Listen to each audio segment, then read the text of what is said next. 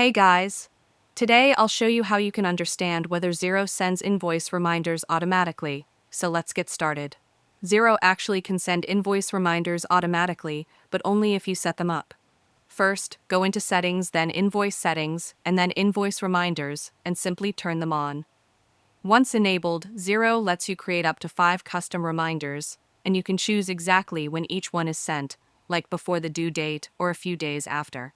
You can fully customize the reminder messages, include invoice links, and even set a minimum amount so small invoices don't trigger emails. Xero also checks your invoices daily and will automatically send reminders for any approved invoices that are overdue or close to due. If you don't want reminders sent to a specific customer or for a particular invoice, you can turn them off individually. This gives you full control without needing to manually follow up every time. So yes, Xero does send invoice reminders automatically, but only after you configure them. And that's it.